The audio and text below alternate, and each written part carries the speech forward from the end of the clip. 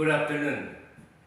Today is the fifth Sunday of Lent, March 22nd, 2026. The Church arrives at the threshold of Holy Week. In just a few days, we will celebrate the most important event in history.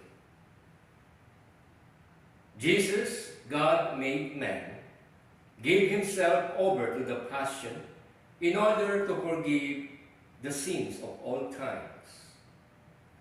But this offering of his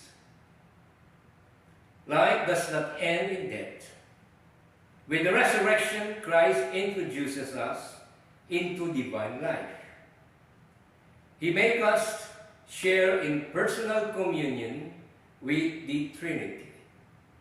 And because Jesus has risen, we are truly children of God. Today's gospel introduces us to this through the resurrection of Lazarus. Certainly, the situation in this passage is dramatic. Lazarus, the close friend of Jesus, falls ill and dies. And although the Lord is so deeply moved that he wept, he did not prevent his death. He who had already worked so many miracles does not save his great friend. This paradox shows us how God acts. He is always at our side.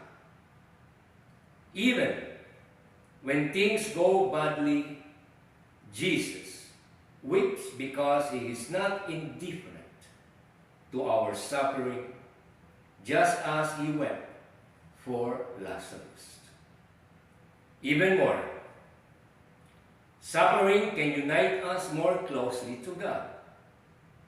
The death of Lazarus is not pleasing to Jesus, but he accepted so that the Son of God may be glorified through it. And the same happens with us. God does not like to see us suffer. Yet, he makes use of our